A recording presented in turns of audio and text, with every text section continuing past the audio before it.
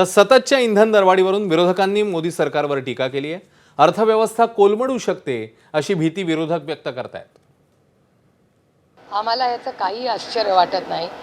गेल्या 6 महिन्यातली राहुल गांधी, अखिलेशजी, ममता दीदी आणि आमच्या सगळ्यांचीच संसदेतलीच भाषणं जर तुम्ही काढून बघितली तर तुमच्या लक्षात येईल सातत्याने पेट्रोल डिझेलचे भाव प्रचंड वाढणार आहेत। याच्यासाठी काय नियोजन आहे? तुमच्याशीच बोलताना मी भारत सरकारला विनंती केली होती की एक ऑल पार्टी मीटिंग बोलवा।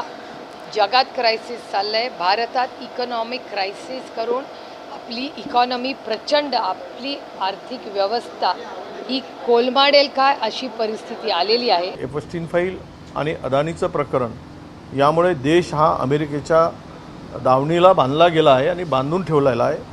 त्या पलीकडं कारण ट्रम्प म्हणतात की मोदीजींना फोन कुठे करावं आणि कधी करावं हे ठाऊक आहे आणि ते बरोबर योग्य वेळी फोन मला करतात।